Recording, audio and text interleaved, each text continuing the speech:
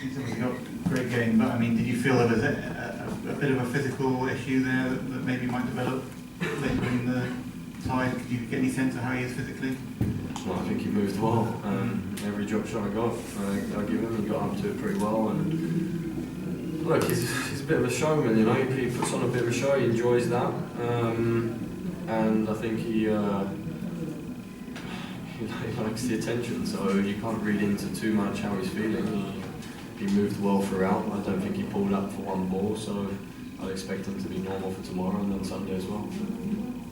How would you assess your level today? From watching it, looked as though you played some very solid tennis out there, again in the Davis Cup. Yeah, obviously I played well. I had to play well to play a guy like Fabio on clay, who for me is, and for most people I'd say is top 3 in the world at the moment, especially on clay. Look at his record this year, is unbelievable. So I know how to play well, go out there with no pressure, and yeah, I thought I played a high level. It was very tight for the first 3 sets, even the first set. I felt I had chances. Played very well in the second, and also in the third. The fourth, look, towards the end, he loosened out and slapped a few winners here and there. And obviously, it's a bit easier to do that at a set and double break, but until that point, I felt like it was still even.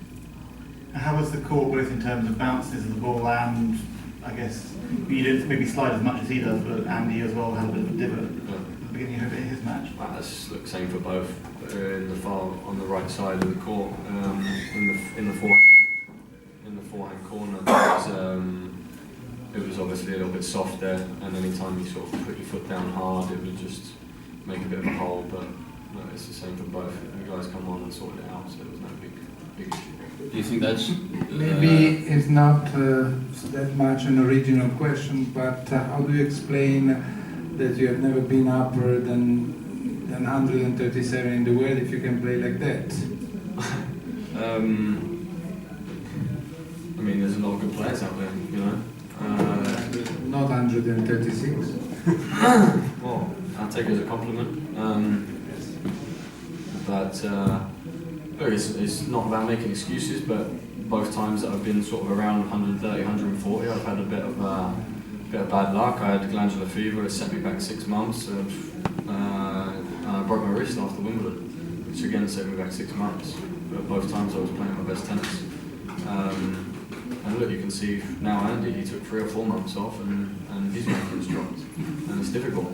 The way tennis is, if you don't play for a few months, your ranking can slip. And for me, I didn't drop to 80 in the world, I've dropped to like 280, 300, so you've got to start again.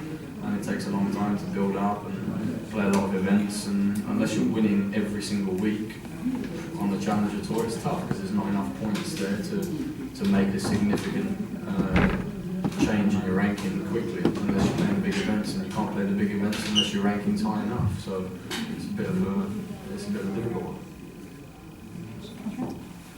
If it comes down to it on Sunday, final round, that kind of atmosphere, how much will you relish that? It's 2-2 Of course, it was good. It was great to be out there.